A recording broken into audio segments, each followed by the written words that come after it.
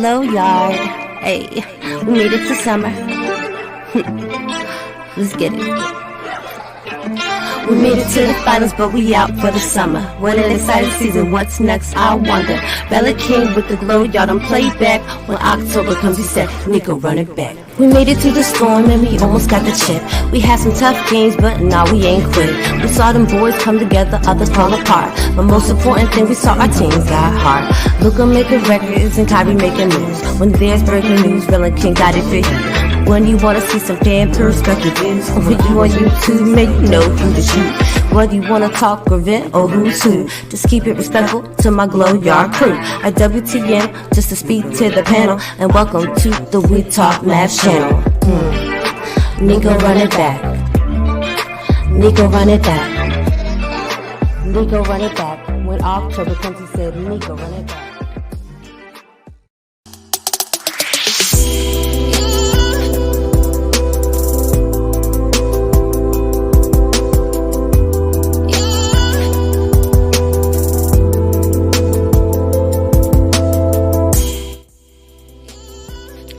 YouTube, Glow Yard Gang, MFFLs, podcast listeners all over the globe, guys. Welcome to a brand spanking new episode of We Talk Mavs, members only edition. I'd like to welcome all the members of the channel, man, to this special show today. As y'all already know, man, y'all know how we do this every Friday, man. We show love to the members of the channel for showing love in that special. What kind of way, King? Special way. There you go. All right. Listen, guys, if you're new to the channel, if you're into Dallas Mavericks content, go ahead and do us a huge favor and hit that subscribe button if you're new to the channel. And also, too, everybody, hit that like button, too, man. Let's get those likes up as we get ready to step foot into the new season for the Dallas Mavericks. Into season 4 of We Talk Mavs, man. So we definitely would appreciate y'all if you did that for us. All right, King, you ready to get to it, man? I am, bro. Got a little interesting tidbit to get into here, man. But before we do, man, let me show some love for the channel, man. Our partner, Playback.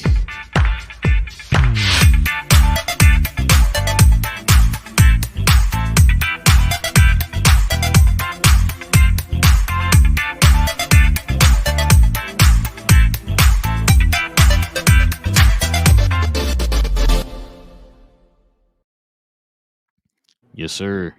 Yes, sir. Listen, guys, you can download the Playback app wherever you get your apps from. It is absolutely free. It doesn't cost you anything. We will be streaming every single Dallas Maverick game on Playback, whether it be preseason, regular season, playoffs, or finals. We will be streaming all the Dallas Maverick games there. So if you need somewhere to watch a game, want to conversate with other fellow Mav fans, you can follow us on over there at Playback. And anything else, King? Start Monday. So first preseason game is Monday. Make sure you download the Playback app. As my partner said, it's absolutely free.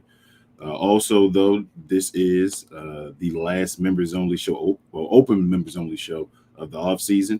From this point on, we'll be doing locked members only shows. We have other ones already locked if you want to join the channel and become a member. But also, from this point on, as I said, if it's not on a Friday, Fridays we have our post-game members only shows. But other than that, it'll be locked up, so you'll be able to join just members and talk Maverick stuff and be a little less formal than we do sometimes on the show. There you go.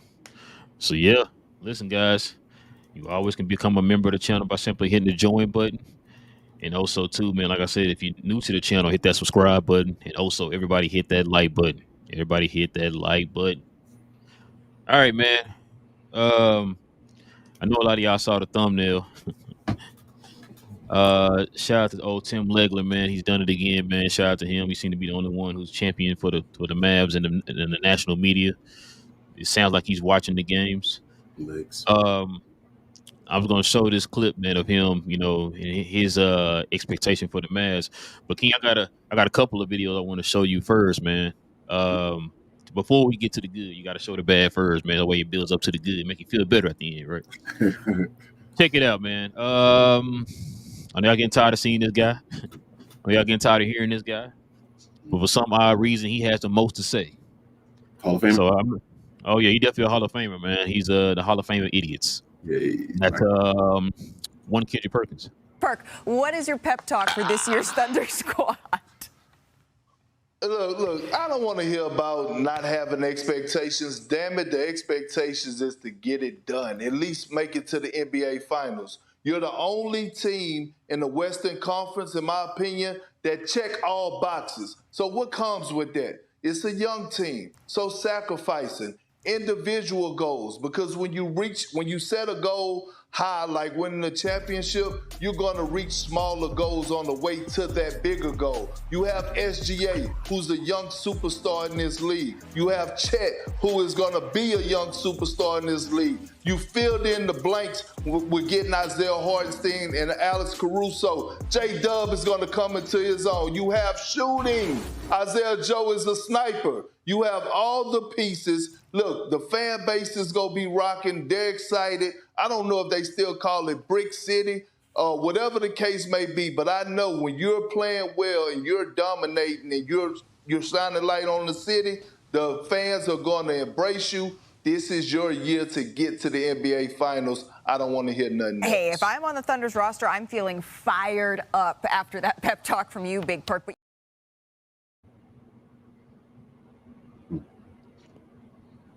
Womp, womp, womp, womp. I got something to that, King. I got something for that.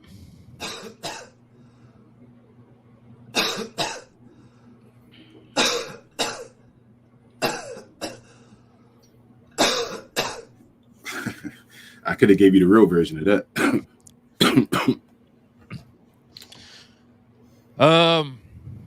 There you go, man. The gaslighting for the OKC Thunder is continuing.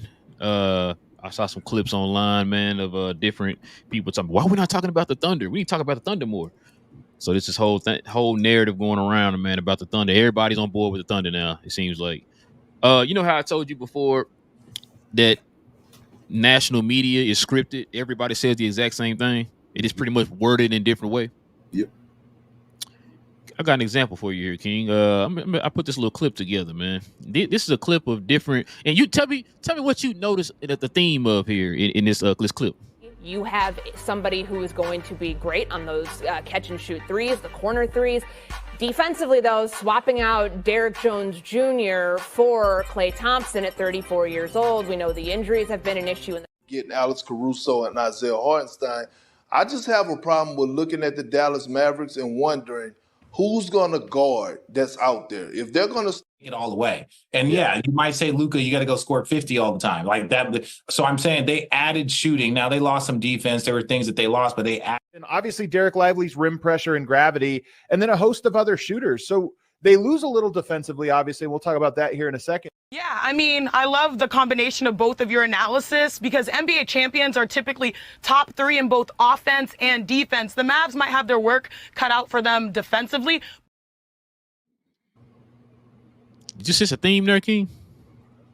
Hey, matter of fact, before you say anything, she was wrong about top three thing. But go ahead, you were saying? I felt that way too. When I saw that live, I was like, she said top three. You gotta be top three in offense. This is why.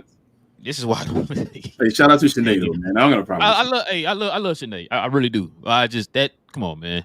Yeah, that just highlights even more why I don't watch ESPN. Y'all don't know what the hell y'all talking about, but go ahead. It is live TV though, so sometimes you may just say things you don't really want to say or say it. Well, they say it a lot. So, but yeah. Go ahead. I'm just going to the top three statements she was saying. But the rest of it, I'm gonna go to the first video. That second video, we already know. It's WWE. I already told you they all doing their promo for WrestleMania or whatever. And I guess their promo is for the OKC Thunder. But my the thing that caught my attention, pause, on the first video is I didn't watch anybody else's media day or anything like that other than the Mavericks. So I saw at the bottom of the screen though, Sam Presti said we don't have the right, or we're not entitled to start at third base. And that's funny because you got the GM over there saying, hey, stop putting these expectations on us. We haven't done anything yet. You're building us up to fail. When you got teams like the Mavericks who talk about one thing. What was the one word most people use for this season? They said it was for what? Play-in tournament. Oh, play-in tournament. Yeah, we're going for the in-season tournament. But NBA championship. No, championship, yeah. There's two different mindsets of the teams are thinking, but the way the ESPN does, they got to have some type of clickbait, some type of hot take, something so they're building. They built Ant up all last year to be Michael Jordan. I guess you can't be Michael Jordan this year. So, King, to kind of cut you off real quick, that wasn't just ESPN. well, yeah, it's just national media. I'm sorry, I talked wrong. National media, yeah. I meant national media, but national media then trickles down, I should say, into the local media, the casual media, whatever you want to call it. Just folks that do content creation and all that type of stuff. So it is what it is, bro. ESPN, they're promos now, bro. I mean, ESPN covers WWE now. I love WWE, but ESPN covers a scripted, sports entertainment or whatever. So you know what ESPN is now. I have no reason to even talk about it. Like I say, they are who they are. Well, I mean, of course you're gonna cover them because that's where you got your blueprint from. Yeah. No, like I said, man, when I seen this, I was like, yo, I forgot what even gave me that idea to put that together because I was like, man, this right here proves. Because matter of fact, I was listening. I know what it was. So I was listening to that Tim Legler podcast while I was at work. I was listening to the podcast, and this guy said defense. The host with him on there said defense, and I was like, hold on. I heard some other people use this same narrative. I said, you know what? Let me put a clip of folks together, man, that I saw say this narrative about defense. And I said, this right here proves exactly what I've been saying about the national media. This is why I don't know why people listen to these folks, man. Like, you hear the same things over and over and over again, bro. The same narrative. They all push the same thing, bro. I don't know why. You know what I'm saying? I don't know why this agenda is being pushed, but, like, I'm about to show you this clip of Tim Legler because he seems to get it. I don't know why nobody else does. I guess because he actually watches the games. And we know he actually watches the games because he apologized for not watching the games or paying attention. So now he watches them, whatever. So I could tell you. Before you played the last clip, I just want to ask you, how many of those ESPN or just people that you showed, if you asked them all the moves the Mavs made in the offseason, how many of them you think can answer all of them? Not a lot of them. You want to know why? Because what's the one move they always talk about when they talk about the Mavericks? DJJ and Klay Thompson. That's it. So we didn't get nobody else, huh? Nope, allegedly we didn't. We lost defense, but we did not pick up Najee Marshall. Just Klay Thompson shooting. Gotcha. Okay. So that's why I know you're not paying attention. You're not watching, bro. You know what I'm saying? Because me and you saw a clip not too long ago of a YouTuber talking about, I don't know a lot about Najee Marshall and about Quentin Grimes, but yet you got this definitive take though. Mm-hmm. So that's the world we live in, King. Everybody know everything now. So, but don't pay attention. So, like, I that's the one thing I hate when people don't have full information, bro, and they just be spewing this nonsense, bro. That's the part that infuriates me. Those be the loudest people. You know what I'm saying? But anyway, let me show y'all a clip, man, of old Tim Legler, man, keeping praise to the Dallas Mavericks, man. He's like I said, he's a man who's actually been paying attention. And definitely somebody I'm going to be watching here all season, man, and get his takes on the Dallas Mavericks, man, because he's on the one that seems to be watching them, whether it be positive or negative, man. You know what I'm saying? Like when the Mavs had that 5-game struggle, he talked about it, and I agreed with him. Mm-hmm. When the Mavs went on that run going into the playoffs, he talked about the potential of the team going to the finals, and I agreed with him. And right now, he is champion for them. Day one right now. He's admitting that here in this clip. So let's go ahead and listen to it real quick, King. Yeah, look, first I just want to tell everybody kind of how this played out with you and I, like full disclosure. We decided that we wanted to draft like teams that we were interested in, right? This is how we set this up. And I had the first pick in the West. You had the first pick in the East, which we're going to do next week. And so I had first pick in the West. Like, what team is the most interesting, intriguing, exciting, like whatever it be. It's your own personal criteria. And for me, it was Dallas. And that's why I chose them first. And I know a lot of people know that, like, I was riding Dallas pretty hard last year. And look, they made a run all the way to the finals. And I was confident that they possibly had that in them after they made the moves for PJ Washington and Gafford. It just added an element to their team they drastically needed. The chemistry with Luka and Kyrie was great last year. Yeah. They clearly came up against the best team in the NBA, and they came up short in the finals. And they went out and, like you said, a lot of teams that, Adam, go through that for the first time and kind of reach that level think, okay, well, we're very close. Let's run it back and maybe tweak a little bit here or there. They didn't just tweak. They added major components, but I think it's almost not debatable that I think they significantly improved their team. And that's hard to do when you made a run to the finals and got through the Western.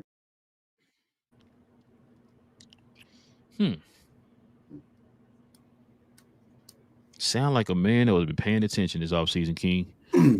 What you think, man? Hopefully that trickles down. Sorry, I had D on my brain before. Pause. I'm pretty sick, but I don't know, bro. Tim Legler is Tim Legler. He's been behind us last year, other than that moment of Minnesota for a second. But Tim watches the games. Like he's a fan of the Dallas Mavericks. You can tell now, at least watching the Dallas Mavericks games.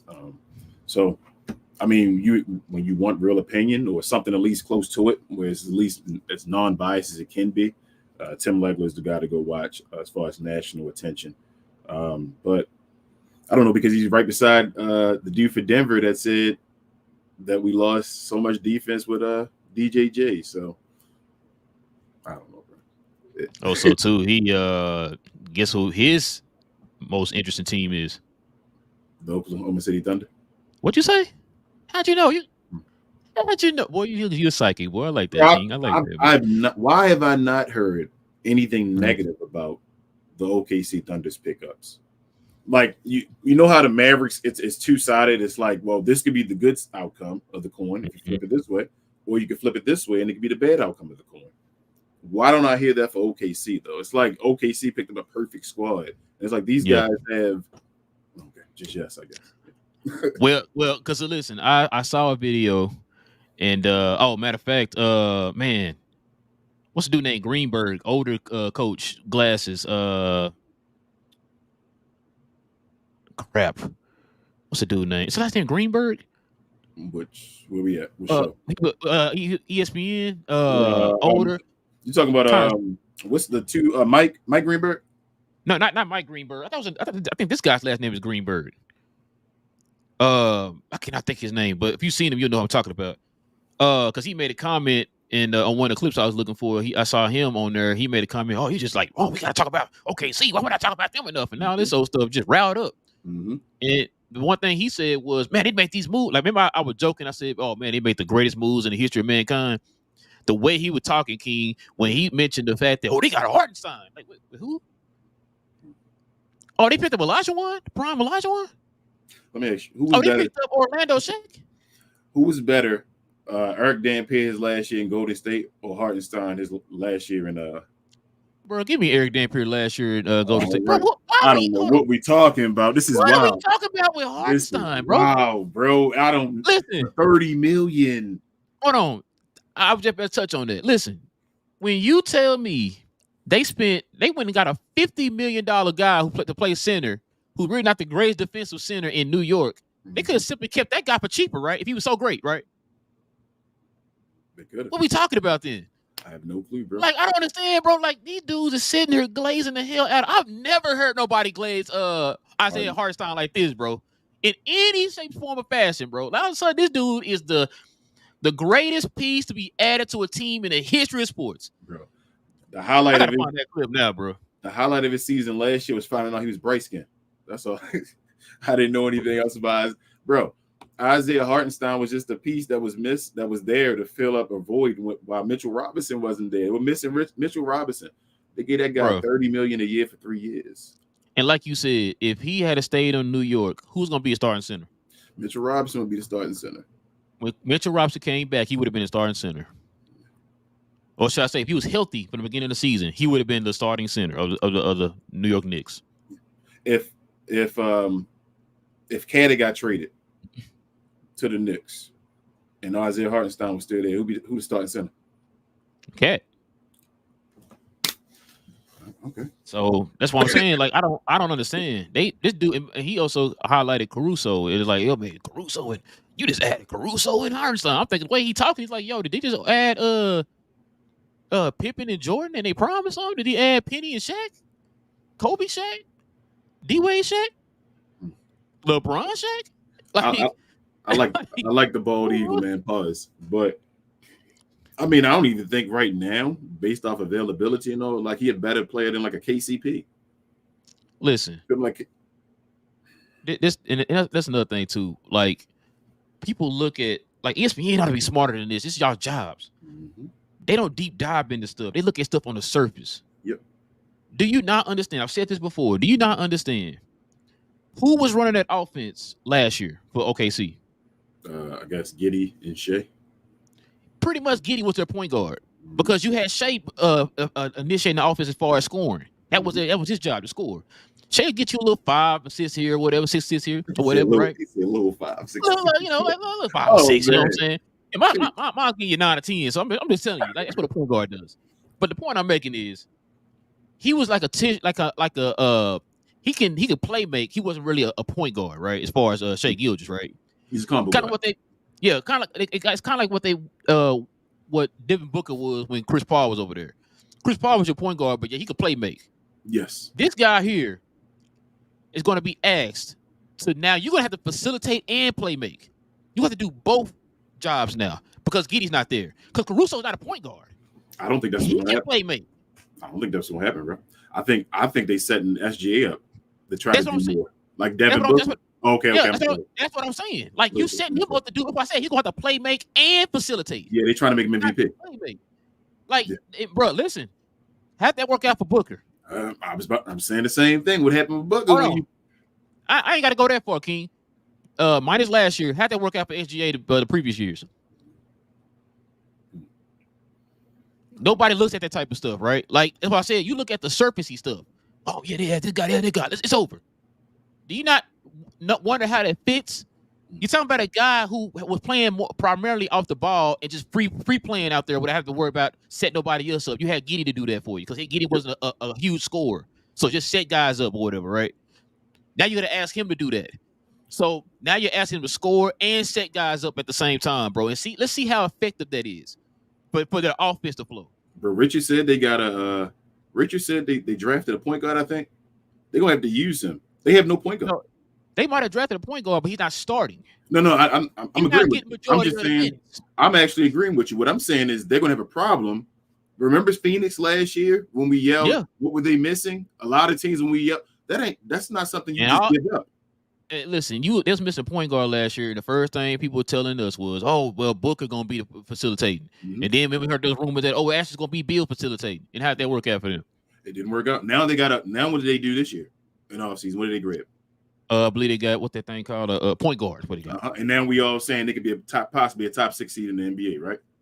Now, yes. Now, listen, people see Luka do it and think it's easy. Yep. That's the thing. They see Luka can do it. I can do it too. Okay. How'd that work out for matter of fact, remember, Serge, not this past season, but the season before. Remember when they tried to get Tatum to be more facilitator too? Remember that? Yep. Him and Brown?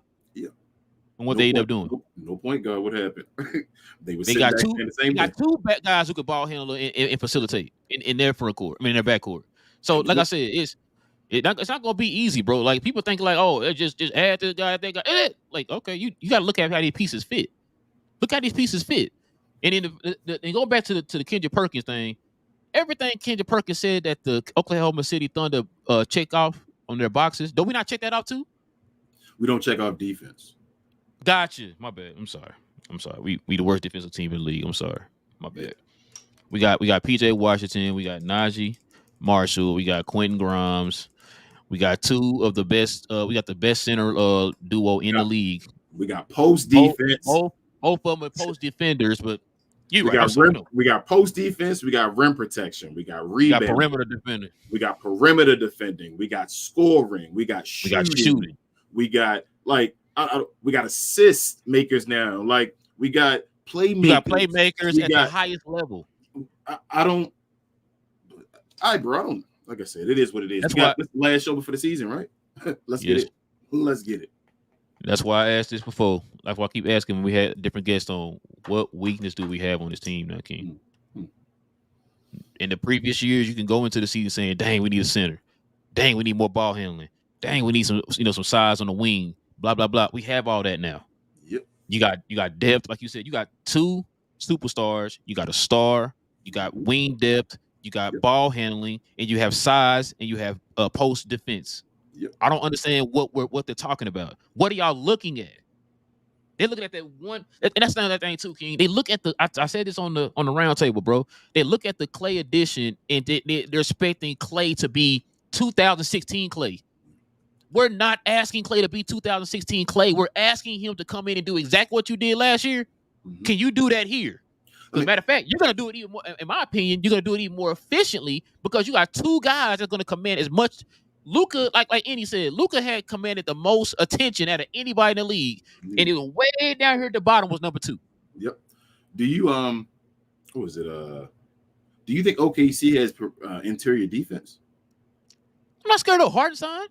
Like as far as I'm not even talking about like so rim protection is different. Like Chet Holmgren out of nowhere. Okay, all right. Let me put it like this: did they have any type of interior defense against us in the playoffs? If you take out Hartenstein, no. But I don't think so. Let's say like let's use a guy to actually post up and like go into work. If they play like a Joker, Embiid, who's stopping them on that team? Who's slowing them down? You know what's funny, King? You said that. In that clip with Richard Jefferson. So Richard Jefferson said he's picking out the Dallas from Minnesota, by the way. Okay. Channing Frye was just champion. OKC.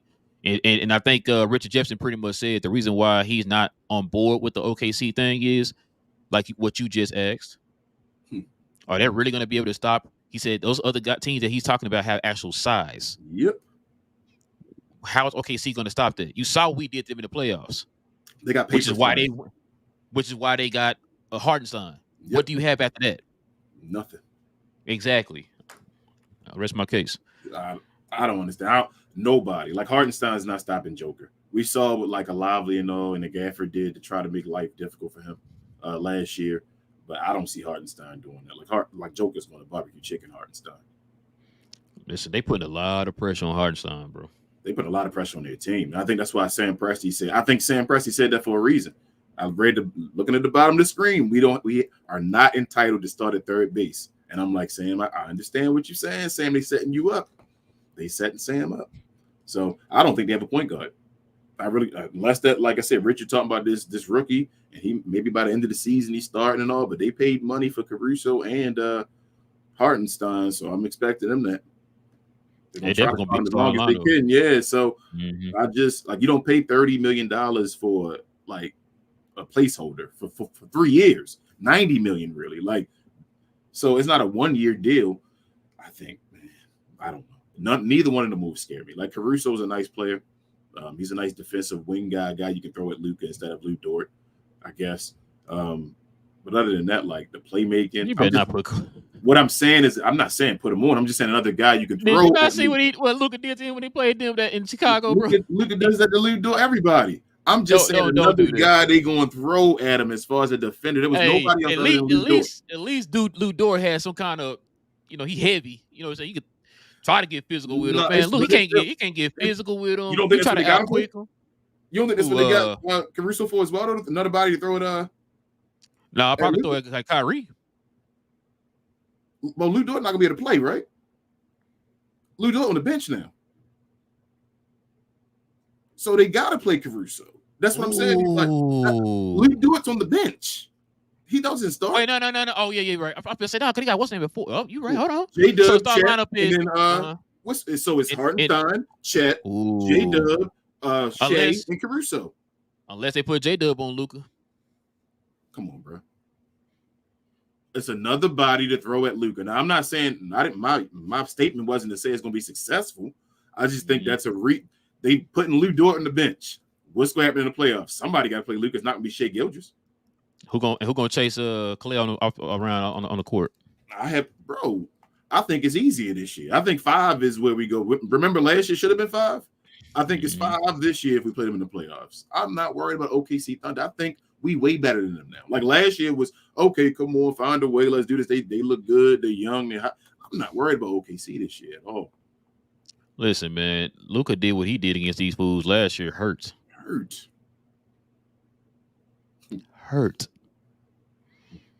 Can't wait for the season, bro. Because a lot of talking, man. These folks out here are setting OKC up, and you know what, King? You know how normally I could separate what ESPN says from what I actually see on the court as far as like how they did Ant, right? I didn't kill Ant because that was ESPN and national media that was pumping him up, right? I might change my stance this year, bro. Oh, you can't do that, man. You see Sam Presti don't want no smoke. It ain't OKC asking for the smoke. It's OKC fans. I think they listen to ESPN.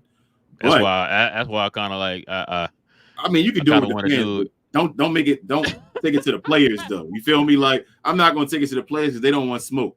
The only one that wanted smoke was Lou Dort.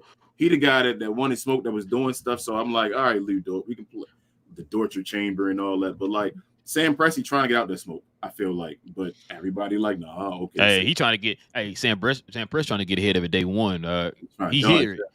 Everybody hear it. You know what I'm saying? So yeah, like, man, listen, bro. So what's OKC right now? What is their like? Where do they have to get? What's what or nothing? They got to get to the finals, or they got to get to Western Conference Finals at least, right? No, they got to win it all. They got to win it all. Okay. So it's I'm a failure if they don't win it all. King, listen, yes, because listen, like you just said a minute ago, when they talk about us, there's a give and take. Mm-hmm. What give and take have you heard with OKC? None. They perfect. I heard Seth Greenberg. That's the guy's name. I know Seth Greenberg. Yes. That's his, yeah. He's the one that like King. He was damn near banging the table talking about. Oh, okay. See, we gotta talk about them more. When you hear people like him, you heard Kendrick Perkins. You hear all these other talking heads or whatever. You heard Channing Frye. You heard the guy who does the show with Tim Legler. All these people. They gotta win a championship, bro. I'm sorry. You think OKC better than Boston? No. That's what I'm They're not better than us. That's what. But why is Boston's better than OKC? Like, bro, they got Caruso and Drew Holiday, right? Drew Holiday is better than Caruso. Like, that's not a question. Then who's the two? Derek White and SGA. Okay, SGA got that one. Mm-hmm. Jalen Williams and Jalen Brown. He's not better than Jalen Brown. No. Chet Holmgren's not better than Jason Tatum. I don't care how much y'all want to hate Jason Tatum. Chet Holmgren's not better than Jason Tatum. And Hartenstein's not better. Hartenstein's not better than KP or Al Horford. So, but no. Don't make no excuses for him, King. They got to win a championship. Yep. Got to. I guess Lou Dort on the bench better than Pritchard or whatever. But if you want to say, I don't know. The only thing that both their benches. You only named two. Who's on their benches? So supposedly, I saw some OKC fans in the comment section pretty much saying, OKC is deep. You know, they got Isaiah Joe. They got the other Jalen Williams. Other Jalen Williams. Who else on the bench? I can't remember because we smoked them in damn near 5. The other Jalen Williams, though, for real, like the other Jalen Williams not better than Spencer Dinwiddie. What are we? Isaiah Joe? Is he better than Spencer Dinwiddie? No. Come on, man. What are we? Why are we even? This is like, it's becoming foolishness now. It's becoming a level where I'm feeling a certain way by actually acknowledging it. Hey, it's kind of like I feel like they're purposely trying to make us mad. Yeah. Like, you know how you was a kid, man, your sibling was like, put that little finger in your face, trying to make you mad and all that. That's what I feel like they're doing right now. They're putting the finger in our face, bro. And it's like, yo, move your finger, bro. Move your finger, bro. Move your finger. Then you just all of a sudden just hit them out the blue. Slap it, and they crying. Yeah. Like, no. The equivalent of them crying is equal to OKC not making it to the finals. Yeah. And I can't wait to hear all the talking heads when they don't make it to the finals, bro. I can't wait, bro. I don't think they're going. They got a chance to not be a top 3 seed. Now it's crazy. Now we sat here and thought about it. I don't even worry about the other teams. I have not been worried about the other teams really. Like, shout out to my O's getting, man. No shout out to those. I've been worried about them, and then I've been worried about. Nah, I ain't shouting them out right now. They don't deserve to be. But after dealing with them and the Mavs that I have been dealing with, the Mavs media, whatever, or just the team, I haven't really been dealing with other teams because I really think we're better. I thought we were better last year. We ran into the Celtics, but the West, I wasn't like. And then I seen the moves that they made and the moves we made, and I'm like, I'm not even worried about their moves because we plugged out holes. Pause. You feel me? Like, we got even better and we went to the finals.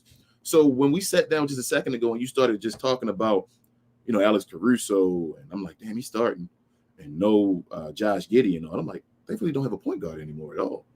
No, and I said this a few weeks ago. Yeah, and I'm like, damn. And then I'm like, Isaiah Hartenstein is starting the center and beside Chet. And I'm like, well, who? If somebody got a post game, like, damn, I think Luka can post up Isaiah Hartenstein, but like, who are they stopping? And I'm like, they actually may have made their team worse in a way by giving that money away to them guys and all that stuff. But I don't know. We'll see, bro. We'll see. Yeah, we'll definitely Josh Giddey did play them regular season games, didn't he? Helped them to get to 57 or whatever wins they got, right? Mm-hmm. As a point guard. That's the point. Hey, But man, yeah. they want to get Shea that MVP, man. That's my last statement. They want Shea to hopefully go try to average a triple-double or somewhere close to like Luka or something like that to show that that's the goal. To somehow, I guess, show that Shea can do what Luka does and be more efficient. So we'll see. Well, like I said before, everybody's tried it and it does not work. It's not as easy as everybody think it is. Because if it was, then Devin Booker, they wouldn't have got Tyus Jones in Phoenix, and Tatum then wouldn't have got those 2 point guards or 2 guards or whatever to help them. It'll hurt your career, bro. Yeah, it'll hurt your career. So, Devin Booker started not being thought about. And so good luck with that. Yeah, good luck with that. But yeah, man, let's go ahead and get to the glow yard here, man. Yes, but sir. before we do that, man, let's go ahead and show some love real quick, man, to the sponsors of the channel. Before we continue, we want to give a special shout out to Fanatics for hooking the channel up with a personalized link for you guys and ladies to get all of your official NBA Dallas Mavericks merchandise and apparel. If you're interested in helping the channel at all, please scan the QR code on the screen or check out the link in the description. We appreciate all of the continued support, and big thanks go out to Fanatics once more for hooking us up over here at We Talk Mavs. Yes, sir, ladies and gentlemen. It is at that time of the year. Time for you to cop some new Mav merch, man. As the season gets ready to start here in 3 days with the first preseason game. Guys, go ahead and copy your Mav merch. All you got to simply do is go down to the description box below and click on the link to Fanatics and have at it. Not only is that to help you get to the Mav gear, it also is to help this channel out, man, that special way, guys. So go ahead and click on that link to Fanatics, man, and get your shopping on. All right, King, let's get to the members of the channel, man. Glow yard style.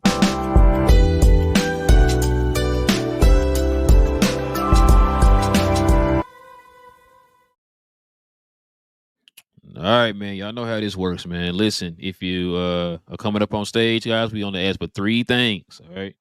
Make sure your audio is clear, guys. Please make sure your audio is clear. It literally picks up everything that y'all do, whether it be a fan, washing machine, dogs barking, you smoking, whatever it is.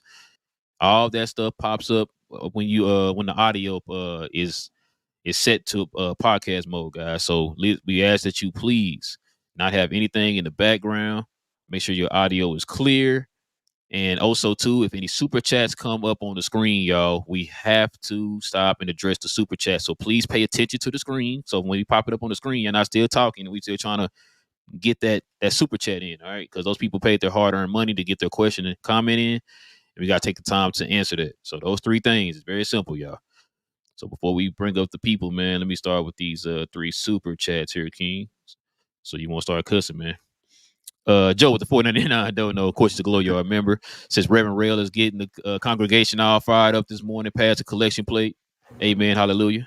Amen. Hallelujah. Amen. All right. Coy, the 499, don't know. Of course, he's also a Glow Yard member. He says, much love, God. 20 days till we stand on business. Man, everybody keeps saying like 20 days and all that. I'm saying 3 days. For me to see the start in preseason, we get to see these guys live in action, bro. 3 days, y'all. 7th is right around the corner. Oh, so we got Logan with $2 don't know. He says Luka is a level above Shea, just spitting facts. Not according to ESPN, Logan. I mean, ESPN says that he's the greatest player to ever step foot in he's better than Jordan, he's better than Bird, Magic, all these guys, Kobe, whoever you want to name, man, he's better than all of them. Hey. So, and they got the best team ever assembled. They picked up the 2 greatest free agents of all time. So that's what I was told by ESPN. I'm just saying what ESPN told me.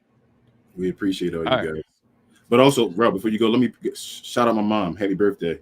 The last show we did, it was on Tuesday. It was the 1st. Her birthday was Wednesday. It switched over, and I felt like a bad son after the show was over. I was like, damn, I didn't wish my mom happy birthday. So happy birthday to my mom, man. Hey, your mama said she got that belt. Yeah, I know, man. She did. She looked at me. I know she. Hey, that's the one thing your mom always say, boy, you're not old enough to get a spanking. Yep, you're never old enough. Never old enough, bro. Never old enough. Never. Man, RP to my mom. Listen, we're gonna bring y'all up one at a time, guys. All right. So give us your quick take on, Mav take or whatever it is, and then so we can go ahead and move on to the other people, guys, because we got a lot of people backstage. So we're gonna bring up the first person here, man. Go ahead, bring them up, King. Oh, you gonna bring them up? Okay. Oh, I thought you was bringing all them up. Richard, what up, man? What's on your What's on your ESPN is always right mind, man? Never. Y'all get back to me after you introduce everybody. I got a little bit to say about the OKC thing. I've been getting ready for the season, so I've been checking a few other teams out, and I got a little bit to say about OKC.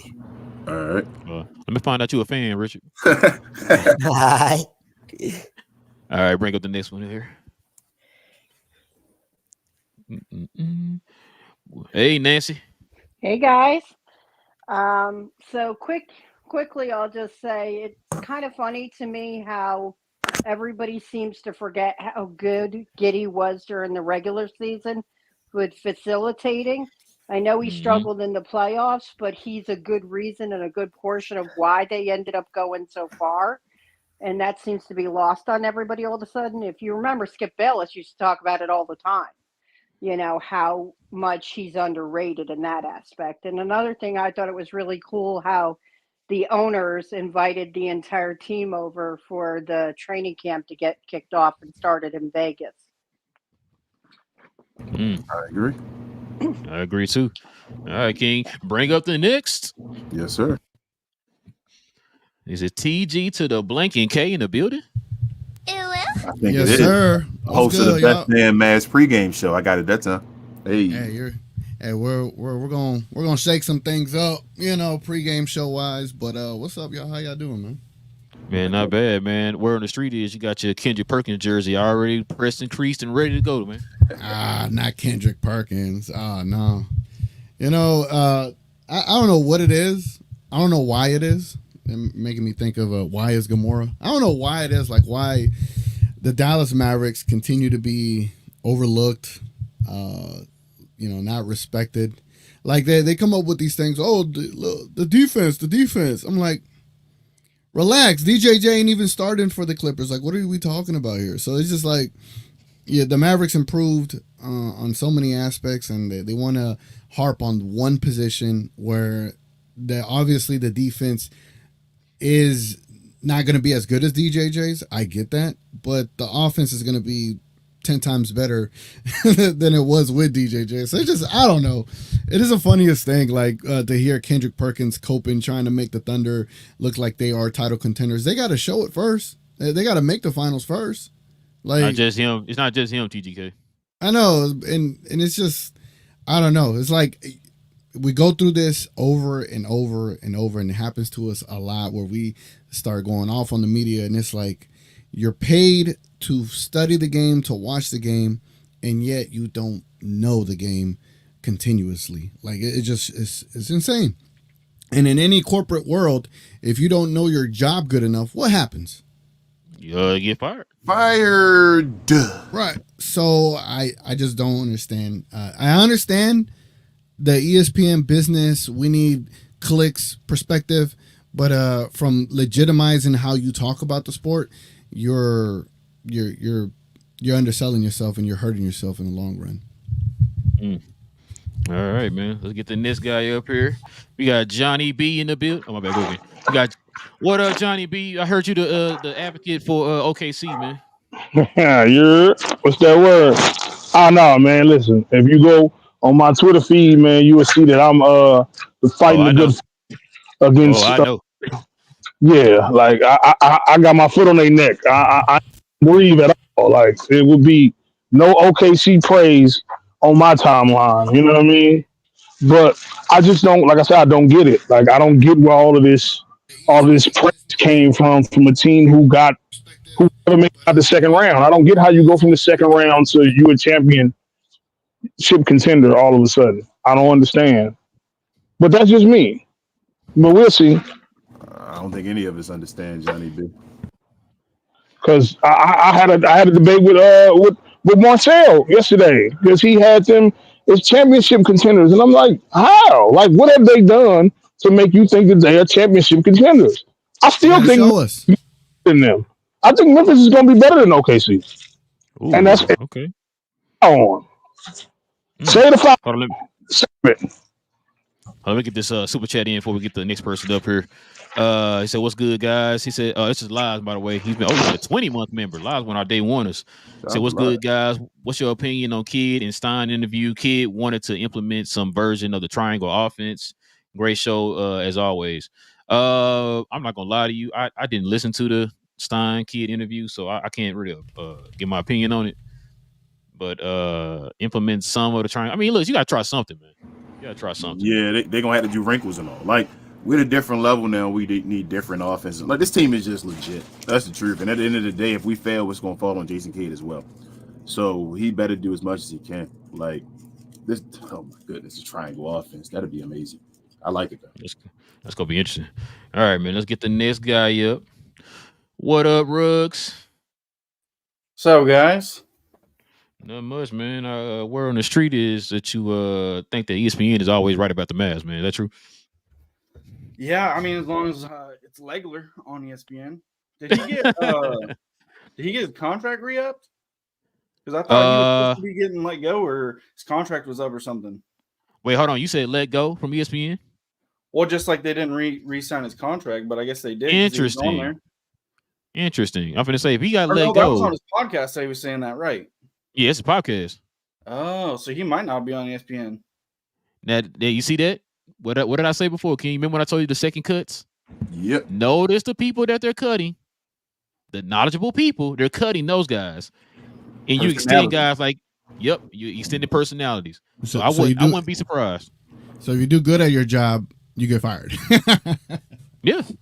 TGK, when you watch wrestling, or in this day and age in professional wrestling, what's more important, in-ring wrestling or talking ability? Oh God, that's tough. Oh man, talking ability. It's talking ability. You see, like you don't have to be good at your job. You just got to be able to talk. I mean, look at AEW. In the spirit of talking, how you feeling, King?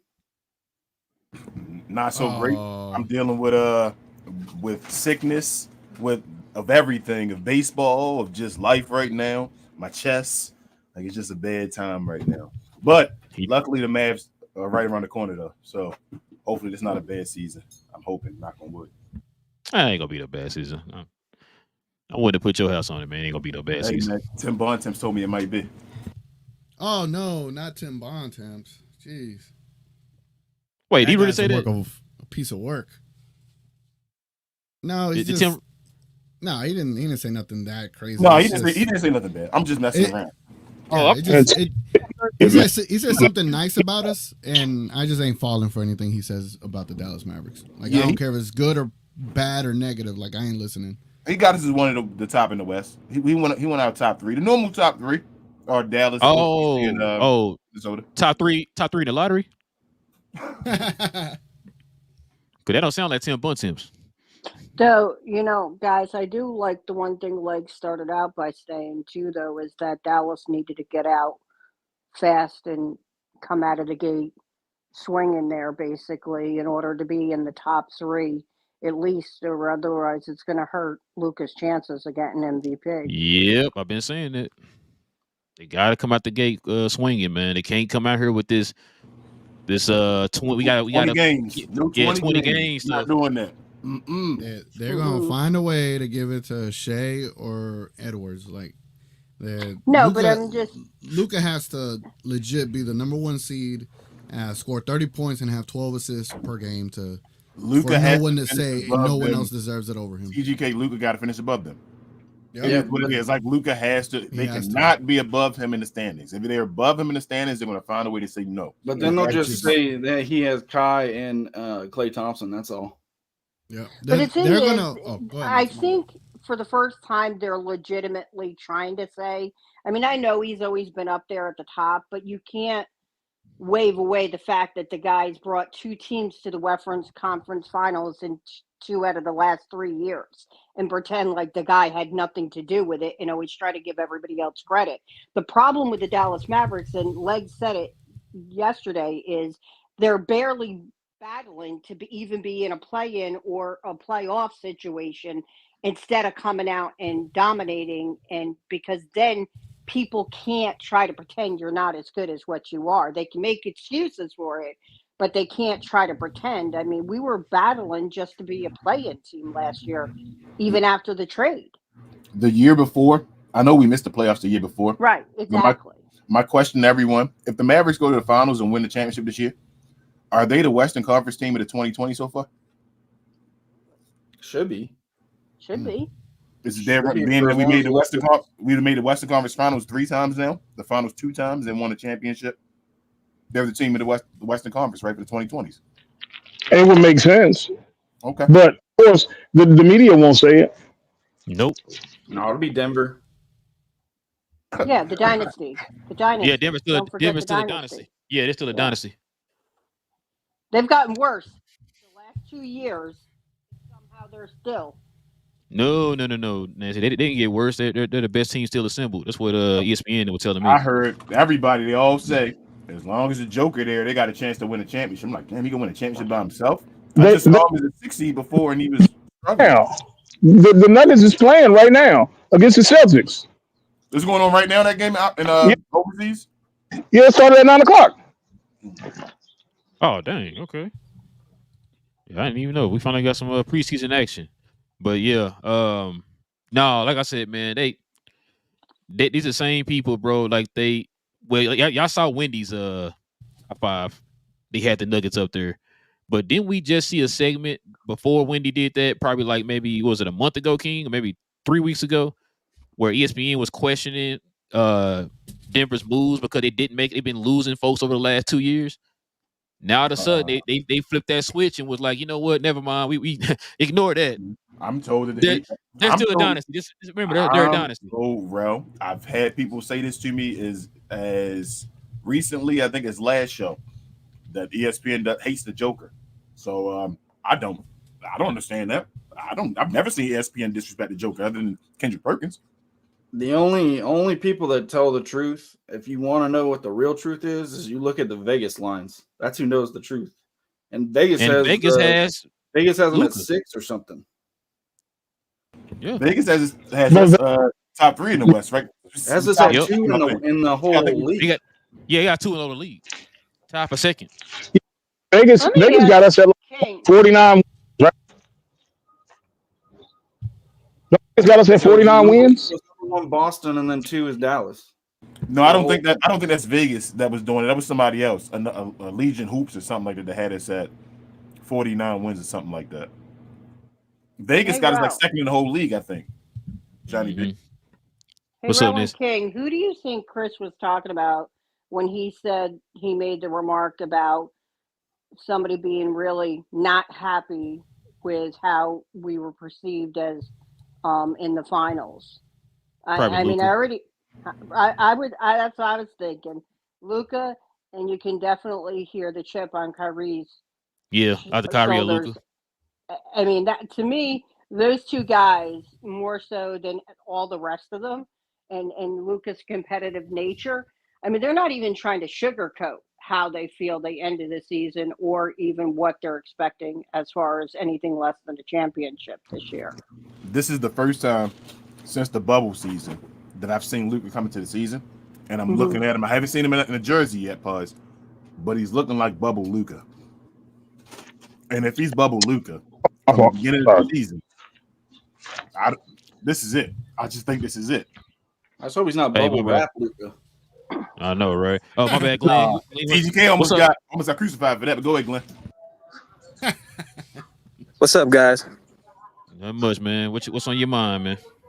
So yeah, I hate to say this, man, but I feel like ESPN and the mainstream media, one, they love American-born players, which is cool, but it's also AKA they love players that let's be honest, are black, and they crowned Jokic the one exception, and they don't want to make this league that's something that they're going after. And so no matter how good Luka is, and he will be, they'll never fully give him the credit. Also, I think with us having Luka be like for the 5th straight year or something like that, considered the MVP favorite odds, they have voter fatigue and they have Luka fatigue. And so I think it's just a combination of it all. They want American born. They want the NBA to stay melanin. And they don't want to give into this guy who seems unathletic, who can't jump, who doesn't play defense to beat their American born superhero stars. And I think they're trying to fight against it. People like Kendrick and Kenny Smith and all these people who see right in front of their face Luka had one of the best single seasons of all time. Somehow they figure out a way to diminish it. And I think it's all because of that. It's more of in a line, Glenn. I agree with you. It's foolish. A lot of the foolish black guys, the brothers on ESPN get on my nerves with doing that as far as the USA standing behind the black USA guy, because outside of that, they accept the foreign born or whatever, because Giannis, Embiid, all of them get love. My thing, I agree with you though about like 100%, is that Joker is the token white guy in the NBA. I've been yelling that forever. And Luka is, as long as he is beside him or behind him, he can never take his face. He has to go at Joker and say, I am that guy. That's the only way for him to get. I've been yelling that for years now. That whole friendship-ish, I understand it outside of the game or whatever, but when you're on that court, you got to be that dude. And that's how I feel. I just hope at one point he just overtakes him and it's over, because he is getting some of Luka's shine. It is what it is. So that's why that's why I'm scared, because like I know TGK keeps saying this, and I'm trying not to lean this way. You know, as far as I'm scared that they're gonna pull a Kobe on Luka. It's like, yeah, he should have had multiple, MVPs or whatever. But like Glenn said, the fatigue is already kicking in for a guy who hasn't even touched the MVP yet. And we already sitting here saying that Luka should at least have 2 MVPs right now. Y'all better stop this on this show. Kobe all MVPs he deserves, man. Y'all better stop. Don't do that. We ain't gonna go there. I think it's more about the fact that they're Euros than it is about them just being white. Because I think if a white dude was doing dunks and all that stuff, they'd love that. But I think it's more the Euro thing. If Giannis, I mean, if Joker and them were doing dunks, they would love that. I don't think it's because of the Euro thing as much. I think it's because they're unathletic, boring, quote unquote, white guys. They're just fundamentally great. And Caruso, because he can dunk. Like, they act like Caruso. Michael Jordan. Like, I don't get that either. No, they don't go that far. Like, they overrate him, but like Caruso ain't nobody's like best white guy in the league or nothing like that. But yeah, that's how. But Luka's been hated on since he got in the before he got in the league. I mean, Chris Broussard. You just type Chris Broussard in his draft analysis of Luka. You will hear him openly just clown this guy. And I also think it's another thing. There's a lot of Vlade Divac syndrome. People don't want to admit that they were wrong. So they are, because everyone was wrong. To be honest with you, matter of fact. There was a select few that believe Luka would even be anywhere near what he's going. So they have to have that trump card. And so anytime Luka fails, a la doesn't play defense in the playoffs, they see that and they have blinders on everything else he does. I'm going to say this, to be honest with you. I'll be surprised if Luka wins. I think Luka's going to win championships. I'd be surprised if they're going to give him the MVP, because like they were saying, once we get past this, they're going to say, well, we expected more from him early on. They're just going to constantly be moving the bar with Luka. That's what I'm scared of. King, let me read this real quick. BJ with the $5 don't know. He says, first of all, Luka is black, so let's end this. End that there. He's coming to the cookout. Oh man. But I don't. I think Luka will win. The thing I think sometimes we forget Luka's 25 ourselves. Like, if the league is still his to take. It's not too far. We've been watching it, and it's been great in front of our eyes for these 6 years or whatever.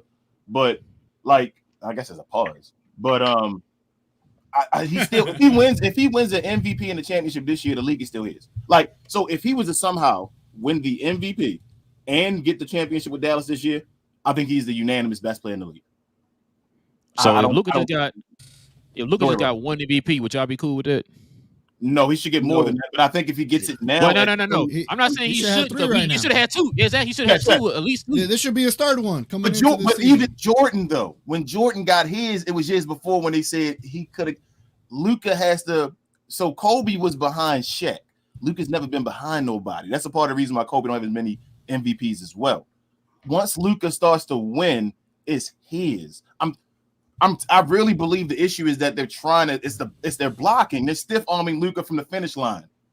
Once he passes the finish line, there's no way you can deny him. Well, here's the thing, though. Here's what I'm thinking. Luka's stats are going to be down this year. We're going to win more, but his scoring's going to be down. His assists are probably going to be up. Because we have a team that we hopefully will get to the point, like Charles Barkley at one point said, as your team gets better, you don't have to score as many points. And I think that's going to be what happens. And I think they're going to knock him for that. I think they're going to knock him for scoring too many points. And then I think they're going to come back and knock him for not scoring enough points. So they're going to see Anthony Edwards as being. You know what's funny about that, Glenn? You know what's funny about that, Glenn? Remember what they said about Jokic last year? Oh, he's doing less. So that means remember they said that on ESPN? He can score more if he wanted to. Yeah, if he wanted to, he's doing less to help the team out. So if Luka's they're not going to give Luka that bit. They're not going to give Luka that benefit of the doubt. Exactly. I agree with you. I agree with you. I agree with y'all, but I think y'all are underestimating what Luka's going to do. So I compare Luka more to, like, even on a scoring tip. He's not quite Jordan, but he's a Jordan type guy on that level. When Luka lowers his scoring, he's still going to damn near every year be the leading scorer in the league. Like, well, no. We're not saying that, King. We're just saying ESPN are going to make the excuse. If Luka goes from 34 to, let's say, 31, they're going to be like, oh, what happened? He struggled this year. No, his efficiency and all is going to he's going to be able to compete with Joker on those charts then. But no, listen what I'm saying. You are a gazillion% right. When we look at it, we're going to look at it like that. We're like, yo, his efficiency went up, his assists went up and all that stuff, right? But his scoring went down like 2 or 3 points. They're not going to look at that. They're not going to look at the stuff that, like you said, the efficiency and the assists and all that stuff. They're going to say, oh, what happened? He scored 34 last year. Let me say it this way and to make it even, I guess, different. When Luka does that, even when his scoring like decreases, he's still going to lead the league in almost all this. Like, bro, he's still going to lead the league in damn near scoring, assists, be the most efficient, most triple doubles. No, once he gets there, it's over. Once he gets that like efficiency, like Joker and all, and you got Luka doing that type of stuff, it's over. I really believe they're going to try to be saying no. They're going to try to Jason Tatum him. They're going to try to say because he's not Jason Tatum. That's what I'm saying. Like everybody, I know he's not. But what I'm saying is, the media has such a disdain for this guy. They are going to find excuses to make the narrative fit how they want it to. Almost like politics. They're going to say it doesn't matter if his assists are up or his efficiency's down. They're going to say, well, he wasn't able to do it last year. They had to go get Clay. They're going to take all the things that they say doesn't work, and they're going to work it against him because they've already made their mind up. They don't like him. I 100% agree with y'all. What I'm telling y'all is it's going to get to a point where they can't deny him. I'm telling you, there's going to get to a point where they cannot deny him. King, Part of it, some of them too, though, is Chris Brashad had that analogy of Luka. But Chris Brashad was one of the, 3 people that voted for him last year? Because he went into it with an open mind after Legler and all these guys were pushing the narrative of how good he is. I do believe there's a lot of guys that really don't like Luka. But if you listen to some of these people that have voting rights, they're really trying to push it out as far as they can get away with not voting him as that guy. It's been easy because of where he's ranked. But if he comes in and he comes out of the gate for the first time and he's in that top 3 in the beginning, they can't keep denying the fact that he has something to do with it, even if his numbers are down. I mean, even last year we did come out the gate pretty good. It's just we not for long enough though. We start getting hit with injuries. But the thing is, when Tim Bontemps does his his little poll, MVP poll rankings and this and that's going to tell you who's MVP. For some reason, whenever he does his poll rankings and he gets all these people that have a vote and they all tell you who they're standing on at that moment, that's going to let you know how this is going because Luka has to overcome so many things just to even be considered. So basically, you already have, he doesn't play defense, that narrative. He doesn't come into the league in shape, that narrative. You can point out so many other things. He doesn't finish top 4. He doesn't finish top 3. He doesn't finish top 2. Like they will find anything to be like, it's not good enough than this person. Because when you give it to when you gave the MVP to Nikola Jokic, who is not that much better of a defender than Luka, or is not better defender than Luka He's at not all. a better defender. Not at all. His offensive points aren't there. His assists are right there with Luka's. His rebound is the only thing that's better than Luka's, but because he plays center. So what was it about him in that season that said he was better than Luka? Luka had every single thing that told you he was an MVP last year. He had a 73-point game. He had moments in the season that said, this is me stamping myself as the MVP of the league. I didn't have Kyrie for almost over 30 games. I didn't have Lively for like half the season. Like, so I do all this and I'm not MVP. You got to be effing kidding me. They're not going to give it to Luka. That's why that First Things First show is the #1 rated show on TV, because they actually tell the truth on there. Like Broussard and Nick Wright all were on Luka all year last year. Luka's not going to get it by being the player that does the most with the least. That's already that's the fatigue. Yeah. It's crazy that Luka already has the fatigue for being every year of his career damn near being the player that does the most with the least. So he's not going to get it with that. That's what I'm saying. Last year, but Jokic did though. He did. I'm agreeing with you that Luka's not going to get that because Luka's a difference. He is the ultimate equalizer, as TGK says. So it's boring for that. Hey. But if Luka comes out last year, if we'd had the whole team we had last year on that pace, Luka would have won MVP. I really believe that. I believe last year he would have won because people started changing their narratives and Luka got up to third. If we didn't finish as a top 5 and with 50 wins, Luka would not even been third in MVP last year. He got momentum towards the end of the year to compete with Shea and what's his name and Joker or whatever at the end of the year. This year, if we start off at the beginning, like I think #1 seed, and he's killing everybody with his stats, and we have the best record, they are not going to deny him, y'all. If they come out here and just play to win, to go in a revenge season, like Johnny B always says, go revenge season this year and just say we just taking it out on everybody, man. Like head to heads, we beating Joker every game. There's no Luka beat him twice, both or 3 times he played them. We beat the Celtics 2 times or whatever. He beats them. He can win it this year, and once he starts to win it, he's only 26. He'll win more than one because if he wins it this year, he's the unanimous best player in the NBA. That's all I'm saying. I know we have a different opinion. Everybody gonna think this other things, and I understand why everybody thinks the other side. I still think he's gonna win multiple MVPs though. Listen, nobody on here saying they don't hope you right, King. We all saying we hope that you are 1,000,000% right. It's just that we just seen so many times, man, where they shortchanged this man. He should have had 2 MVPs already. You're right. And they always making these excuses on why he shouldn't get it or whatever. But the same excuses they give him, we didn't hear that for nobody else that won. Joker never got. Joker was out of shape. Didn't take back. Matter of fact, Joker said out of his own mouth he don't care about basketball. He care about more about horses. We seen this guy not care about. He come out here beer belly, drinking in the offseason and all that stuff, and nobody cares. Luka never said or did none of this stuff, bro. But they always say, "Oh, it's Luka though. It's Luka. He's the problem." It's like you know what I think. I think we're gonna think later on in life, and I'm hoping I should say because I don't know, but I'm thinking we're gonna say like other players, great players, that he could have had even more MVPs. Like we're sitting there and Luka got 3 MVPs. We gonna say that. Luka Sport had 6. You feel like this? Like Bron people say Bron Sport had 5 and all that was 6, and Jordan people can say he had 10 and all. He should have had 10.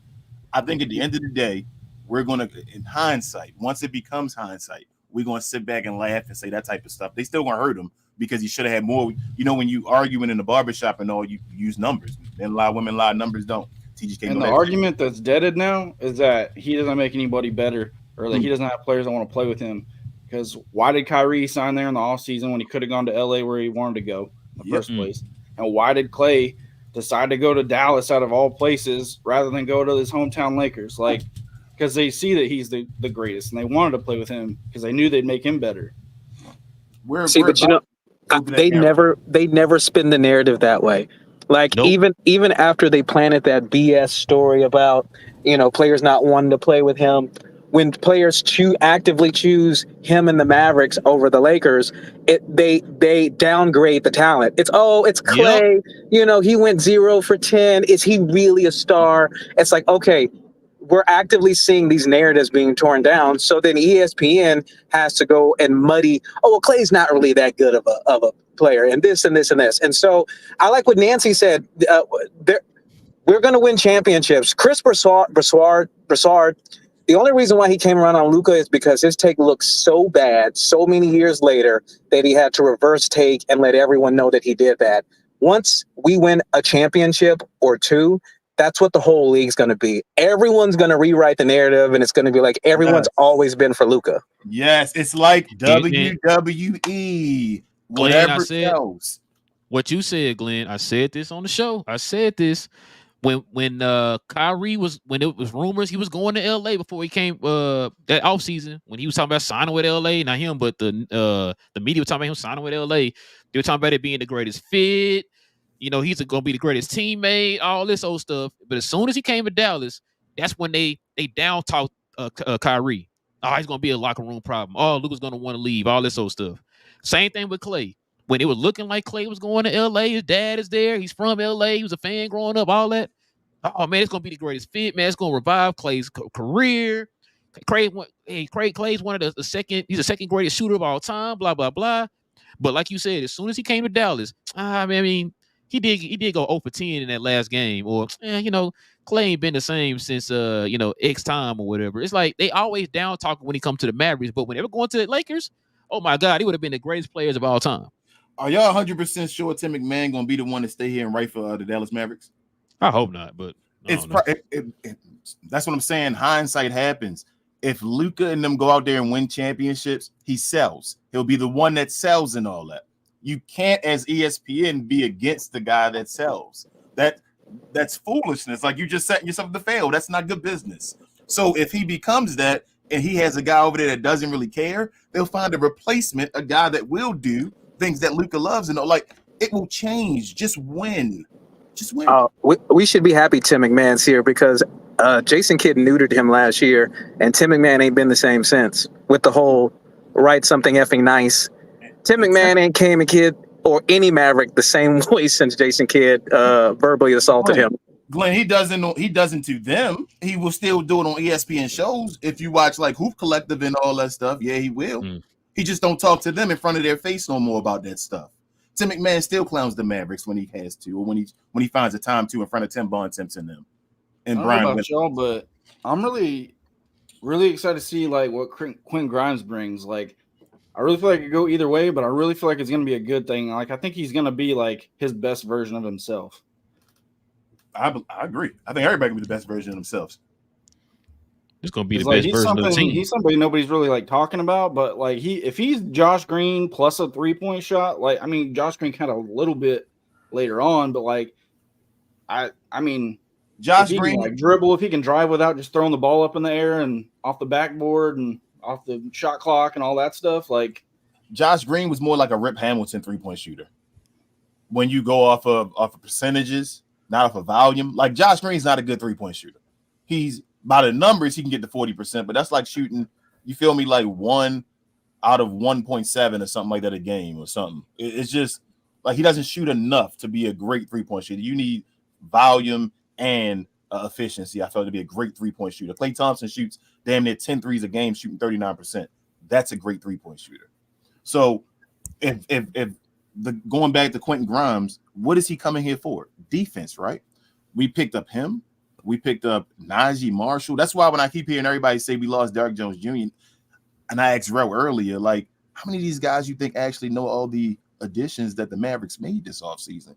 Because there's no way they can talk like this knowing everybody the Mavs picked up. That doesn't make sense. Hold on, King. You said this for her? You have somebody who is going to be great on those catch and shoot threes, the corner threes.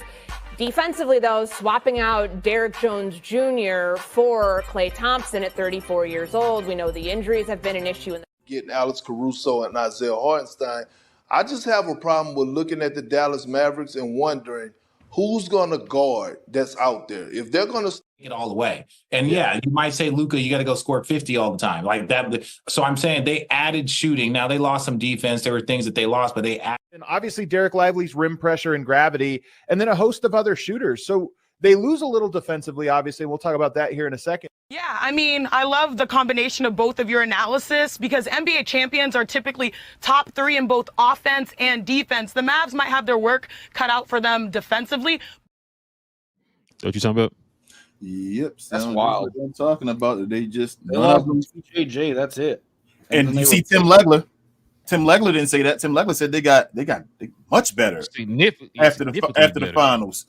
I don't understand how. I don't. JJ will be lucky to be in the starting rotation by mid-year. Quinn Grimes is going to play. I got some takes for y'all to tear apart real quick. Go ahead, Richard. First one's on OKC. You know, kind of like Maxi Kleber. On paper, it sounds real good, but it ain't been tried yet. They've changed their whole philosophy. And last time I checked, Chet Holmgren don't like playing power forward. But they're expecting OKC with their group of guards and Holmgren, they're expecting their point of attack, their perimeter defense to be far above everybody else. I don't exactly see that. Myself, I'm with Johnny B. I think Memphis and OKC swaps place this year. I think everybody eats crow and OKC falls down the pecking order this year. I don't understand how they still get all these props. They added an older defender and a Hartenstein or whatever, some size or whatever, but they still got whooped by us. It wasn't like they got exponentially better. And we did get better. So if anything, maybe they'd be 2, but I don't understand how everybody has them at 1 over the Mavericks who were in the championship and went through them like a hot knife through butter. Well, they are going to miss Giddey. He was their playmaker. Now Topic is going to be an exceptional player, y'all, but Tyler brought up the fact that he's injured. He's probably going to miss half the year. Then no matter how talented he is, he's going to have to adjust to the NBA. I really don't see him being much help this year. And Minnesota, I think the cat trade got them better. I mean, Garza's been practicing and been stashed out for 3 years. They got Leonard Miller that's been stashed out for 2 years. And Randall isn't bad. I mean, now Ant's got more of a focal point, and I honestly think they're going to be better. You know, and as far as us, it don't really matter what everybody else done. We got better. It matters what we did. And check this out, y'all. As far as Luka, then I'll shut up. It don't matter if it's fair or not. They set the standard way back long ago. They're not going to give Luka awards until he wins the championship. Yep, there you go, Richard. And we don't have to like it. It don't have to be fair. The world ain't fair. They're not going to give him nothing. He will win a finals MVP before he wins a league MVP, and y'all can quote me on that. I think he can win crazy the same season, though. I think he can do that. But I agree, Richard. But that's my talking points. Y'all can tear me apart now. Well, if we're going off of that, King, Richard just said that he's not going to win it at the same time. He's going to have to win it again, MVP again. Yeah, I know. And I mean, you have to be at the next season. So if they win a championship this year, it ain't going to be this year if he don't get the MVP. Y'all think they moving? Go ahead, bro. Y'all know you want to check something. No, go ahead. Check this out, man. So this is the NBA Finals 2024-25 winners odds. Y'all notice anything on there? Mavericks not on it. That's wild. I noticed I'm going to make some money. They got the Denver Nuggets above the Mavericks. They got the 76ers with Joel Embiid never making it out the second round above the Mavericks. I think they make this conference finals at least this year, though, bro. I know, but they should be ahead of the Mavericks. But I told you, the way Joel Embiid talking, I told you take a step back. I think he's going to take a step back. Well, hey, and I told you before, until I got to see it first because I got history to say that ain't the case because you done had your team change. Yeah, and you got to play RP. I don't trust him. So health's going to be the same thing with them. I'm not going to trust them until I see it. Yeah, I need to see the health. I trust Maxey, though. I like Maxey. I think Maxey nice, and if he the guy making the main decisions out there, I think they'll be fine. I know But that yeah, hurts this you thing to see the Knicks up there because I know you're a big Jalen Brunson guy, and it's unfair. No, it don't hurt me. I think the Knicks, actually, truthfully, I think the Knicks took a step back with the trade, though. Might have. Different conversation, because let me ask y'all this. We all tried to find a spot for Cat to go to before the season started, right? And I feel like everybody, I feel like even if I had Freezy and him on the show, everybody was like, I don't want Cat. I don't want Cat. Hell no, I don't want Cat. Now Cat goes to New York and supposedly he's a savior again. You feel me? Like, who's defending at the point guard and the center position now? The two most important positions. It's funny you said that, King. I had talked to Freezy a few days ago about this same topic, and he called me to brag because they're talking about there was rumors that now they're going to try to go after Trey Murphy. That's fine. And they were going to trade Mitchell, and I'm like, yo, how you going? But I said, but who's going to defend the rim? They giving them all their picks and all that too, bro. So they had all that stuff built up from all that years, and now they about to sign up for their long-term team and say this the team we going with now. Well, that might be fair on the Trey Murphy thing. I'm catching little inside bits that he ain't real happy in New Orleans. Hey, he just got hurt too. Where does Trey Murphy play though? He don't start. He not starting. No, I mean that's his problem, and he's coming up and he's wanting to get paid, and they got it to somebody's got to him, and he probably thinks he's better than he actually is at this point. He's wanting to get paid, and I don't think the Pelicans are wanting to pay him what he's wanting. Their starting lineup is set, right? The Knicks. Who's their two? Who's the Knicks two? They don't know. Dang. I know their three is what's the name, right? Mikal Bridges. Their four is OG. Their five is Cat. Who's their two?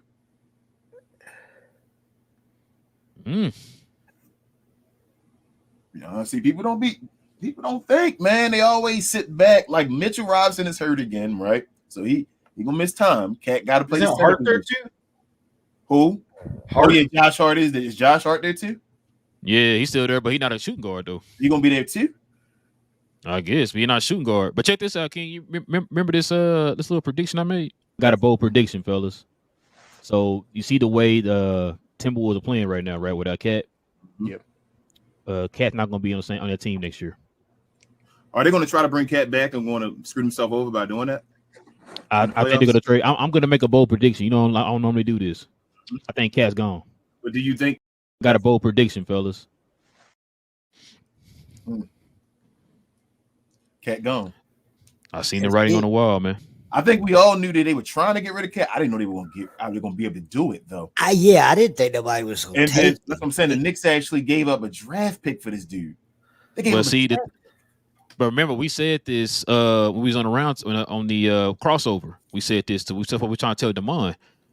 When a lot of these teams, it's kind of like what you were saying, King. If you don't feel like this team is right there, have a chance to win a championship, then you're gonna have to trim some of the fat, if you will. You know what I'm saying? Like they don't want to sit there and be over the salary, over the second threshold. They know that they're not nowhere close to winning the championship. Yep.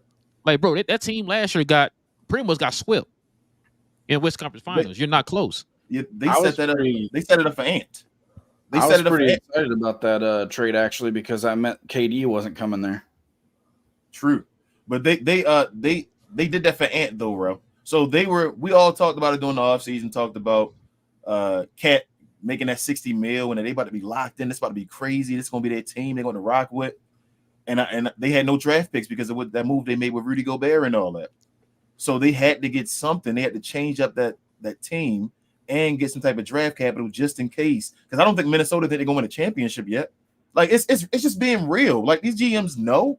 Like they don't just go listen to ESPN and say, ESPN say we're going to win a championship. We're going to win a championship this year. If that happens, you said Sam Presti? Yeah, if that happens, everybody get fired. Like if you listen to ESPN.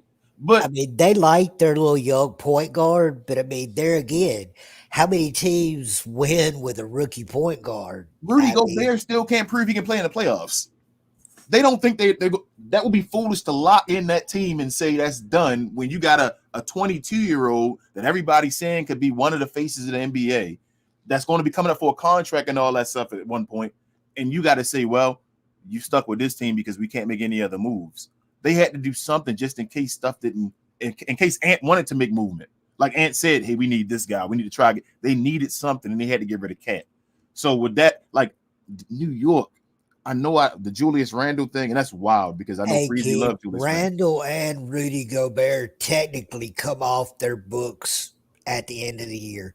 They're free of both of them. They're free of both of them already? If they stay on the team, it will be because they re-sign them. I might see them re-signing Rudy Gobert. It's already this year. This the last year. Not Rudy, but Randall. Randall has 1 year left because they are. That's why he got traded because they were trying to he wanted contracting. I might be wrong. Let me look. Rudy, I'm gonna say no. I don't think Rudy not up, but Randall is because that's why they were trying to get contract extensions started in New York. Those fell through, so they end up trading them. Hey Ruggs, you might not get your wish. That may be the contract used after the year is over with the draft picks and all that stuff to go get a Kevin Durant now. Oh no! Well, at least it won't affect us this year, though. Shoot, I mean, if Kevin Durant want to leave, then the Suns might go and get Julius Randle and whatever you can get. They might feel like that's the best move they can get for him. Man, I'm not scared of. I'm not either way. Kevin Durant. No, but I'm just saying. I'm only scared of Kevin Durant if he's with Ant and Gobert and all them other dudes. I'm not scared of him in Phoenix. I'm not scared worried of him about anywhere. KD can't play defense anymore. So that and if you talking about playoffs, like he just said, Rudy Gobert in the playoffs don't mix. Yeah, no, Rudy Gobert is off next year too. 41 million. Julius Randle 29 million. Yeah. Shout out to my O's, right? They lost 10 playoff games in a row. Oh, I'm sorry. They've got player options. Yeah, he's gonna take that player option. Rudy Gobert, Gobert taking that player option. Yeah, but shout out to my O's. They lost 10 playoff games in a row. How many playoff games has KD lost in a row? Yes. Oh, okay. Did you say Kansas City East, King? I ain't saying anything. I'm just saying when the last time KD won a playoff game. I ain't saying anything. I'm just asking when the last time KD won a playoff game. That's all I'm asking. Oh, okay. When the last time he won a series? I'm sure if you're gloating. Because the last 2 times he got swept, right? Am I right? Who played last year? So. KD played Ant last year, got swept, right? Didn't they play? Then they played. They played. No, they played. The first Denver, year he came to. You're right. He came to. They played Denver. They won 2 games that year. Was it 2 or 1? I know one of them. I know he did win. Because that was the series that him and Booker went off. You're right. When they traded him, he had that series right there. I forgot he got traded. This is second year. He played 2 years. It's been a long time since Suns in 4. No, Suns gonna always be in 4. It was in 4 last year. Yep. Oh wait, no, was it Suns in 5 or Suns in 4? Suns in 4. It was Suns in 4. Yeah. Should have never blew up that team. Nope. But yeah, I'm gonna put y'all backstage. We're gonna get wrap the show up here. Appreciate y'all. Appreciate everybody, man. Bro, Appreciate y'all. Man, I don't understand everybody. Every other team is just holy, but the Mavericks aren't. I don't get it, man. Bro, they didn't have no negativity on that. On any Brian Windhorst didn't have no other negativity on nobody else, man. But the Mavs, though, man, I was like, okay. When Richard Jefferson was choosing, I know you say he chose the Mavs or the Minnesota Timberwolves. Did he throw any negatives about the Minnesota Timberwolves that's still on a team that everybody talk about every year? I gotta go back and watch it. I don't remember because it don't seem like they do. It didn't seem like he did because even Channing Frye was like, "Oh, dang, you're right about Minnesota, man." I was like, "But y'all," I was like, "Okay, all right." So we forget about Rudy. Rudy got a better. I guess Rudy Gobert got a better track record in the playoffs than Luka Doncic. That's wild, bro. Bro, you know what's funny to me too? It's like they act like they had like. Did you not see what Luka did in the playoffs? Rudy. So you watch it like this, or like what are we talking about? Like I don't know, bro. I just go win the chip, man. Like I told you, shout out to Frank Vogel. We need to talk about that. Oh yeah, staff, bro. I'm not trying to think about it, like I said, because I don't want to think about the awards, the individual awards.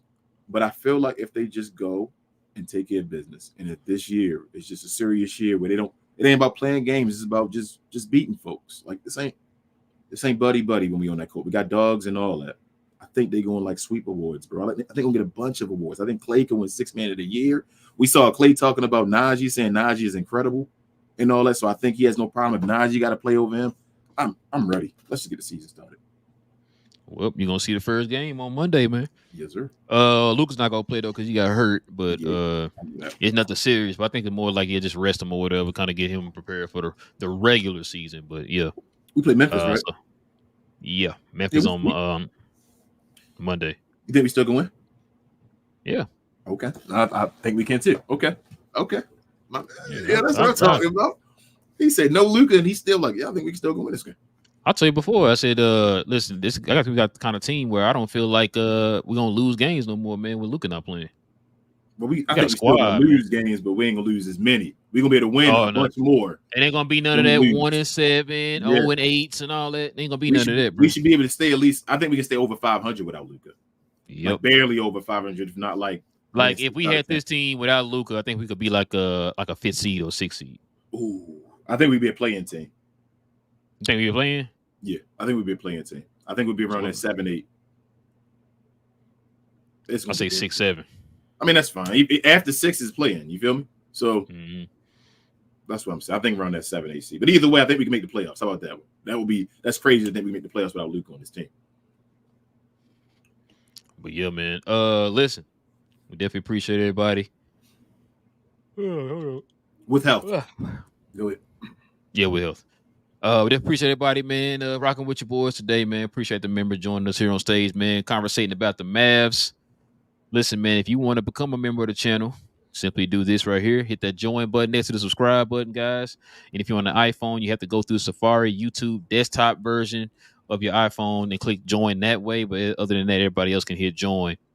This is our last open members only show. That will be closed off, like King said early in the show, will be closed off from now on. So if any show, other than if a game falls on Friday, we normally have our members only post game shows, guys. So if a game falls on a Friday, we have our members only post game shows, which is kind of be in this same format is what y'all just saw today. But other than that, if no game falls on a Friday, we have our normal members only shows, and it's only for the members. Also, too, guys, follow me on my other channel, Cuz We Geeked, as we talk about all things in the geek culture involving movies and television. I don't know if we'll have one this weekend. We'll see. I mean, Cuz trying to get some stuff together, so we'll see. But just follow the channel, man, and hit that notification bell so whenever me and Cuz drop a new video, y'all will be the first to know, man. We're still trying to make it to our second goal of 500, man. We definitely appreciate you guys' support. And with that, just simply subscribe to Cuz We Geeked, guys. Y'all can follow us on all our socials too on Cuz We Geeked. Also, too, follow these guys right here.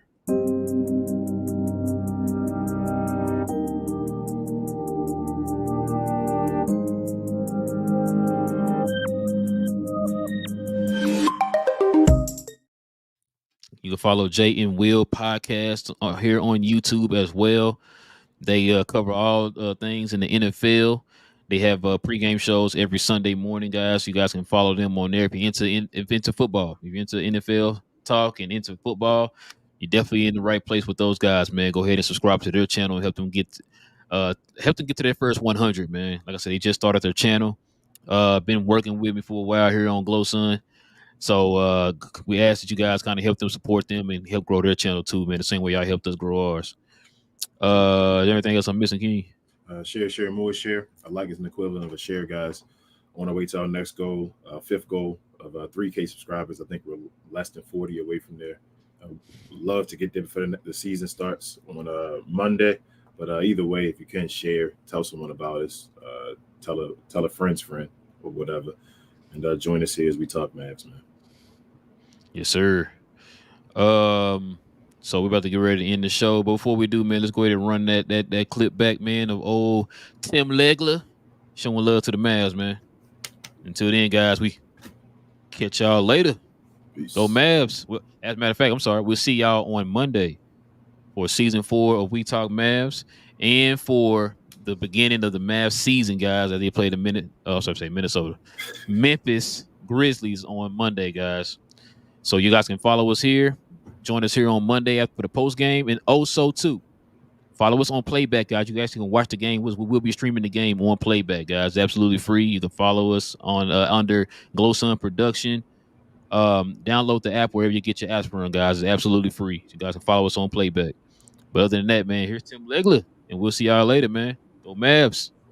Yeah, look, first I just want to tell everybody kind of how this played out with you and I, like full disclosure. You know, we decided that we wanted to draft like teams that we were interested in, right? This is how we set this up. And I had the first pick in the West. You had the first pick in the East, which we're going to do next week. And so I had first pick in the West. Like, what team is the most interesting, intriguing, exciting, like whatever it be. It's your own personal criteria. And for me, it was Dallas. And that's why I chose them first. And I know a lot of people know that, like, I was riding Dallas pretty hard last year.